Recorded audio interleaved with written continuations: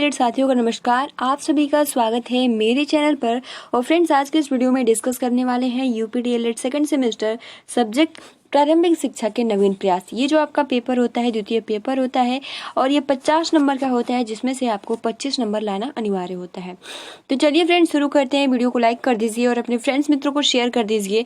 और अगर आप चैनल पर पहली बार विजिट कर रहे हो तो आप चैनल को सब्सक्राइब कर सकते हो, क्योंकि हम यूपी डीएलएड से रिलेटेड सारी इन्फॉर्मेशन इस चैनल के माध्यम से आप सभी को प्रोवाइड करते हैं। ठीक है। और इसके प्रीवियस वाली जो वीडियो है वो है वर्तमान भारतीय समाज और प्रारंभिक शिक्षा, जिसकी क्लासेस टाइम है वो है सुबह के 8 बजे। तो आप उस टाइम से जुड़ के जो वर्तमान यानी जो फर्स्ट पेपर है उसका वीडियो देख सकते हो। तो चलिए फ्रेंड्स, शुरू करते हैं। और जिसमें हमने कल अति लघु उत्तरीय प्रश्न स्टार्ट कर दिया। इसके पहले जितने भी ऑब्जेक्टिव टाइप क्वेश्चन थे वो हम आप सभी के साथ डिस्कस कर लिए हैं। ठीक है। तो पार्ट 1 और आज पार्ट 2 है। तो सिंपल आप सभी को लिंक कमेंट्स बॉक्स में मिल जाएगा, आप वहां से जाकर देख सकते हो। और ये जितने भी क्वेश्चन हैं पवन सीरीज से हैं। तो चलिए शुरू करते हैं। यहाँ तक हमने कुल क्वेश्चन डिस्कस किया था कि बाल शिक्षा अधिकार नियम के अंतर्गत क्या निजी ट्यूशन की छूट प्राप्त है, तो हमने देखा था नहीं। अब चलिए आगे बढ़ते हैं, जिसमें सबसे पहला प्रश्न है कि मैकाले द्वारा अपना विवरण पत्र कौन सा ध्येय वाक्य लिखा गया है। यानी आप कह सकते हो कि जो मैकाले, ठीक है, जो मैकाले का विवरण पत्र आया था उसमें कौन सा एक इम्पोर्टेंट वाक्य लिखा गया है। ठीक है। तो उसमें एक बोला गया कि एक अच्छे यूरोपीय पुस्तकालय की एक अलमारी का साहित्य भारत व अरब का संपूर्ण साहित्य के समान है। तो ये मैकाले के विवरण पत्र में ये वाक्य लिखा गया है, जो कि 2015 का पूछा हुआ प्रश्न है कि एक अच्छे यूरोपीय, ठीक है, एक अच्छे यूरोपीय पुस्तकालय की एक अलमारी का साहित्य भारत व अरब का संपूर्ण साहित्य के समान है। अब देखिए फ्रेंड्स, अगला जो आपका प्रश्न है कि शिक्षा में छनाई, आप सभी को पता है छनाई का सिद्धांत हो गया या फिर निस्यंदन का सिद्धांत हो गया, किसने दिया है। तो इसका आंसर आप दे सकते हो। फिलहाल यहाँ पर जो राइट आंसर हो जाएगा मैकाले ने दिया है। ठीक है। तो शिक्षा में छनाई या निस्यंदन सिद्धांत में क्या आशय है, 2015 का पूछा हुआ प्रश्न है। तो फ्रेंड्स, इसका जो राइट आंसर हो जाएगा कुछ लोगों को शिक्षा देना ताकि वे अन्य जन साधारण को शिक्षित कर सके। ठीक है। अगला जो प्रश्न है कि हंटर कमीशन द्वारा माध्यमिक शिक्षा के क्षेत्र में कौन सी आर्थिक प्रणाली लागू की जो आज भी प्रचलित है। तो हंटर कमीशन द्वारा माध्यमिक शिक्षा के अंतर्गत आप कह सकते हो कि माध्यमिक शिक्षा के क्षेत्र में कौन सी आर्थिक प्रणाली लागू की जो आज भी प्रचलित है। ये भी 2015 का पूछा हुआ प्रश्न है। यहाँ पर हो जाएगा अनुदान प्रणाली। अगला जो प्रश्न है कि भारतीय शिक्षा को लॉर्ड कर्जन की किन्हीं दो प्रमुख देनों का उल्लेख कीजिए। तो भारतीय शिक्षा को लॉर्ड कर्जन की, ठीक है, भारतीय शिक्षा को लॉर्ड कर्जन की किन्हीं दो प्रमुख देनों का उल्लेख कीजिए। ये भी 2015 का पूछा हुआ प्रश्न है। तो फ्रेंड्स, लॉर्ड कर्जन की दो प्रमुख देन, जिसमें पहला आ जाता है केंद्रीय शिक्षा विभाग की स्थापना और दूसरा आता है भारतीय विश्वविद्यालय आयोग। ठीक है। अब देखिए फ्रेंड्स, अगला जो आपका प्रश्न है कि कोठारी आयोग की नियुक्ति का मुख्य उद्देश्य क्या था। 2015 का पूछा हुआ प्रश्न है। जो कोठारी आयोग था इसकी नियुक्ति क्यों की गई, इसका मुख्य उद्देश्य क्या था। तो फ्रेंड्स, यहाँ पर देखिए राइट आंसर हो जाएगा कि कोठारी आयोग की नियुक्ति का मुख्य उद्देश्य जो था शिक्षा के क्षेत्र के राष्ट्रीय स्वरूप व शिक्षा के समस्त स्तरों के संबंध में सिद्धांत नीतियां बनाना। तो ये कोठारी आयोग के क्या है, उद्देश्य है, या ये कह सकते हो कि इसीलिए नियुक्ति किया गया कोठारी आयोग का। तो फ्रेंड्स, ये बहुत ज़्यादा महत्वपूर्ण प्रश्न है। कोठारी आयोग से रिलेटेड प्रश्न पूछ लिए जाते हैं। तो इसका जो आंसर हो जाएगा कि शिक्षा के राष्ट्रीय स्वरूप व शिक्षा के समस्त स्तरों के संबंध में सिद्धांत नीतियां बनाना। अगला जो प्रश्न है, नई शिक्षा नीति 1986 की किन्हीं दो प्रमुख विशेषताओं का वर्णन कीजिए। तो नई शिक्षा नीति 1986 की किन्हीं दो प्रमुख विशेषताओं का वर्णन, जिसमें पहला आ जाता है शैक्षिक अवसरों की समानता और दूसरा केंद्र सरकार की भागीदारी। अगला जो प्रश्न है कि प्रोफेसर यशपाल समिति की प्रमुख सदस्य के लिए यहाँ पे प्रोफेसर यशपाल समिति किस प्रमुख समस्या के लिए गठित की गई थी। यानी जो प्रोफेसर यशपाल समिति है वो कौन ऐसी समस्या थी जिसके कारण इसको गठित की गई थी। तो फ्रेंड्स, आप सभी को पता है छात्रों का शैक्षिक बोझ कम कर। और देखिए फ्रेंड्स, हमने ये भी क्वेश्चन आप सभी के साथ डिस्कस किया था कि जो प्रोफेसर यशपाल समिति है, इसके पहले भी ये विचार किसी और समिति ने भी प्रस्तुत किया था, जिसमें आपका राम मूर्ति समिति, ठीक है, और भी 2 समितियां थी। तो इसके पहले भी इस विषय पर या जो उद्देश्य है जिसके लिए प्रोफेसर यशपाल समिति का गठन हुआ, इसके पहले भी ये थॉट प्रस्तुत कर दिया गया था। लेकिन बाद में जो आप कह सकते हो जो अधिक इफेक्टिव प्रभावशाली हुई वो कौन थी, तो प्रोफेसर यशपाल समिति थी। और इसका गठित होना इसलिए आवश्यक था क्योंकि जो भी शैक्षिक रिलेटेड जो भी था, इसको बोझ कम करने के लिए इस को प्रोफेसर समिति का गठन किया गया। ठीक है, अगला जो प्रश्न है कि पी मोस्ट कार्यक्रम का मुख्य उद्देश्य क्या था, तो पी मोस्ट कार्यक्रम का मुख्य उद्देश्य था कि राष्ट्रीय शैक्षिक नीति 1986, यानी जो राष्ट्रीय शिक्षा नीति है 1986, जो भी उसमें मूल संशोधित थी उससे अवगत कराना। ठीक है, तो ये पी मोस्ट का कार्य था। जो राष्ट्रीय शिक्षा नीति 1986 में बनी थी, उसमें जो भी महत्वपूर्ण फैक्ट थे, जो भी महत्वपूर्ण लाइन थी, उसको अवगत कराने के लिए जो पी मोस्ट है, इस कार्यक्रम का आयोजन किया गया था। अगला जो प्रश्न है कि NPEGL कार्यक्रम का मुख्य उद्देश्य लिखिए। NPEG, ठीक है, NPEGL कार्यक्रम का मुख्य उद्देश्य क्या है, तो यहाँ पर जो राइट आंसर हो जाएगा कि शिक्षा से वंचित बालिकाओं का स्तर सुधारना। अगला जो प्रश्न है कि राष्ट्रीय बाल श्रम परियोजना कब संचालित हुई तथा इसका मुख्य लक्ष्य क्या था, तो राष्ट्रीय बाल श्रम परियोजना कब संचालित हुई, तो फ्रेंड्स देखिए, 9वीं पंचवर्षीय योजना 1997 से 2002 में लक्ष्य बाल श्रमिकों का पुनर्वास और बाल श्रम की समस्या दूर करना। ठीक है, तो ये क्या है, राष्ट्रीय बाल श्रम परियोजना कब संचालित गई तथा इसका मुख्य लक्ष्य क्या था, तो 9वीं पंचवर्षीय योजना जो है 1997 से 2002 के बीच में, और इसका जो लक्ष्य था बाल श्रमिकों का पुनर्वास और बाल श्रम की समस्या दूर करना।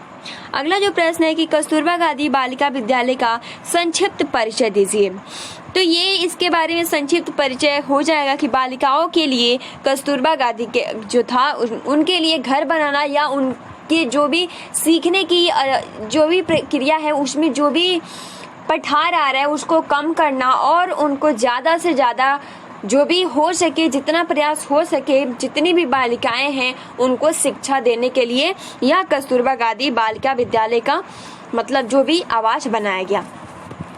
अब देखिए फ्रेंड्स, अगला जो प्रश्न है कि DPEP परियोजना के कार्य लिखिए, तो DPEP परियोजना की क्या कार्य है, तो प्राथमिक शिक्षा का विस्तार और विद्यालय में बच्चों का ठहराव, तो ये DPEP परियोजना के कार्य हैं। अगला जो प्रश्न है कि कलकत्ता मदरसा किस सन में खुला था, तो कलकत्ता मदरसा जो खुला था 1781 में प्रथम गवर्नर जनरल वारेन हेस्टिंग्स द्वारा कलकत्ता मदरसा खोला गया था, जो कि बहुत ज़्यादा महत्वपूर्ण है। ठीक है, कलकत्ता मदरसा जब भी नाम आए तो ये नाम याद रखिएगा कि 1781 में खोला गया, और किसके थ्रू खोला गया, तो 1781 ईस्वी में खोला गया था। अगला जो प्रश्न है कि बनारस संस्कृत कॉलेज कब और किसके द्वारा प्रारंभ हुआ था, तो फ्रेंड्स बनारस संस्कृत कॉलेज जो था 1791 में जोना एल डंकन के प्रयासों से बनारस संस्कृत कॉलेज प्रारंभ हुआ था। तो फ्रेंड्स यहाँ पर देखिए, कलकत्ता मदरसा जो था 1781 और जो ये बनारस संस्कृत कॉलेज था 1791। अगला जो प्रश्न है कि राधा कृष्णन आयोग की नियुक्ति कब हुई थी, तो फ्रेंड्स राधा कृष्णन आयोग की नियुक्ति जो हुई थी 4 नवंबर, बहुत ज़्यादा महत्वपूर्ण ये प्रश्न है। ठीक है, राधा कृष्णन की जो नियुक्ति हुई थी 4 नवंबर 1948 को की गई थी। अगला प्रश्न है कि भारतीय शिक्षा आयोग 1882 को किस नाम से जाना जाता है, तो भारतीय शिक्षा आयोग को 1882 को हंटर कमीशन के नाम से भी जाना जाता है। ठीक है, अगला जो प्रश्न है कि लॉर्ड कर्जन कब भारत आए थे, तो लॉर्ड कर्जन 1889 क्लियर 1889 ईस्वी में भारत के गवर्नर जनरल होकर भारत वो आए थे। तो 1889 में जो थे लॉर्ड कर्जन भारत आए थे भारत के गवर्नर जनरल बनकर। अगला जो प्रश्न है कि भारतीय विश्वविद्यालय आयोग की नियुक्ति कब हुई, तो फ्रेंड्स भारतीय विश्वविद्यालय आयोग की नियुक्ति जो हुई थी सन 1902 में भारतीय विश्वविद्यालय आयोग की नियुक्ति हुई थी। अगला जो प्रश्न है कि भारतीय विश्वविद्यालय अधिनियम कब पारित हुआ, तो सन 1904 ईस्वी में कर्जन की सरकार ने भारतीयों की परवाह न करते हुए भारतीय विश्वविद्यालय अधिनियम पारित कर दिया था। क्योंकि आप सभी को पता है कि जो लॉर्ड कर्जन था 1889 ईस्वी में आया था भारत का गवर्नर जनरल बनकर, और भारतीय विश्वविद्यालय अधिनियम कब पारित हुआ, क्योंकि इसी के थ्रू पारित हुआ तो सन 1904 में, क्योंकि 1889 में वो भारत के गवर्नर जनरल बन के आए, और इस तरीके से 1904 ईस्वी में कर्जन की सरकार ने भारतीयों की परवाह न करते हुए भी, ठीक है, यानी बिना सोचे समझे आप कह सकते हो, उनसे एक बार भी मतलब क्या वो कहेंगे, क्या उनकी राय है, बिना परवाह के भारतीय विश्वविद्यालय अधिनियम पारित कर दी गई। अब देखिए अगला प्रश्न है कि भारतीय विश्वविद्यालय अधिनियम के अनुसार विश्वविद्यालय का कार्य क्षेत्र कैसा हो गया। तो फ्रेंड्स देखिए, विश्वविद्यालय का कार्य क्षेत्र जो था अधिक व्यापक कर दिया गया, क्योंकि वे अब परीक्षा लेने के साथ शिक्षण कार्य भी कर सकते थे, तो इस तरीके से इसको और बड़ा बना दिया गया। अगला जो प्रश्न है कि राष्ट्रीय शिक्षा नीति 1992 से क्या तात्पर्य। तो राष्ट्रीय शिक्षा नीति 1986 था और ये है राष्ट्रीय शिक्षा नीति 1992। तो राष्ट्रीय शिक्षा नीति 1992 से क्या तात्पर्य है, तो राष्ट्रीय शिक्षा नीति से तात्पर्य वह नीति जो किसी राष्ट्र विशेष में शिक्षा के आधार, मापदंडों एवं शैक्षिक गतिविधियों के सफल एवं दीर्घकालिक परिणाम परक उत्थान को स्थापित करती है। अगला प्रश्न है कि राष्ट्रीय शिक्षा नीति 1992 में व्यवसायीकरण को उचित माना या नहीं। तो शिक्षा का व्यवसायीकरण करना इस संदर्भ में माध्यमिक शिक्षा स्तर के पाठ्यक्रम में व्यवसायीकरण पर विशेष बल देना माना गया। तो इस तरीके से राष्ट्रीय शिक्षा नीति 1992 में क्या जो भी व्यवसायीकरण था उसको उचित माना गया या फिर नहीं, तो आप देख सकते हो इसका आंसर जो है इसके संबंध में, यानी शिक्षा का व्यवसायीकरण करना, ठीक है, यानी जो एजुकेशन है उसको क्या कर लेना, व्यवसाय बना लेना। तो क्या इस संदर्भ में ये उचित निर्णय है या नहीं, तो यहाँ पर आंसर दिया गया है कि शिक्षा का व्यवसायीकरण करना इस संदर्भ में माध्यमिक शिक्षा स्तर के पाठ्यक्रम में व्यवसायीकरण पर विशेष बल देना माना गया है। यानी जो माध्यमिक शिक्षा का स्तर है उस पे व्यवसायीकरण जो है उचित माना गया है, या इस पे कह सकते हो कि विशेष बल दिया गया है। तो किस पे, तो माध्यमिक स्तर पर शिक्षा का व्यवसाय करना। आप देख सकते हो यहाँ पर इस तरीके से होता था उस टाइम, अभी जो है इसी तरीके का चल भी रहा है। अगला जो प्रश्न है कि वैज्ञानिक तथा प्राविधिक, ठीक है, क्योंकि फ्रेंड्स आप सभी को पता है कि YouTube पे बहुत सारे ऐसे चैनल्स वाले होते हैं जो कि एक PDF के लिए बोलते हैं कि पेड कोर्स है या आप ले लो।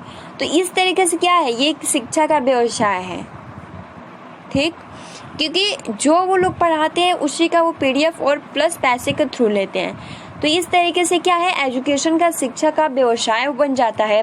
तो उसी प्रकार से इसमें पहले ही जो नियम है इसमें भी यही कहा गया है, हाँ उचित इसको माना गया है, और जो भी माध्यमिक स्तर पर है उस जो भी विषय है उस पर और व्यवसायीकरण या इस पर विशेष बल दिया गया है।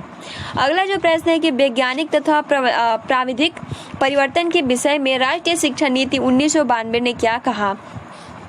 तो आधुनिक युग में विभिन्न वैज्ञानिक एवं प्राविधिक परिवर्तन के संदर्भ में जनशक्ति को जागृत करना एवं उनके उपयोग के लिए शिक्षा के विभिन्न स्तरों पर छात्रों को उनकी जानकारी प्रदान करना। अगला जो लास्ट क्वेश्चन है कि जनार्दन रेड्डी समिति ने नवोदय विद्यालय के संबंध में क्या कहा।